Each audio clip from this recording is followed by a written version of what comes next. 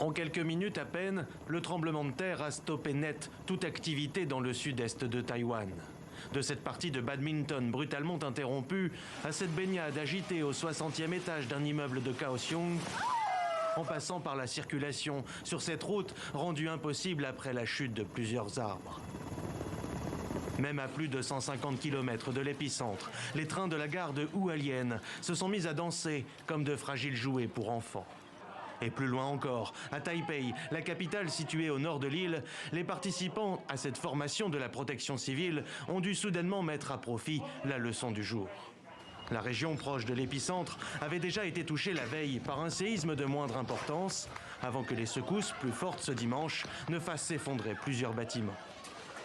Tout le monde était sur la route hier. Personne n'osait entrer dans l'immeuble ici. C'était horrible et j'ai eu peur. Beaucoup de choses sont tombées. Les routes étaient pleines de monde. Tout le monde était dehors. C'était effrayant. Si l'alerte au tsunami a été levée, les dégâts n'en sont pas moins considérables. Tandis que les secours extraient des décombres des survivants, comme ici à Yuli, cette mère et sa fillette, sur les réseaux sociaux et à la télévision, les images de destruction se multiplient.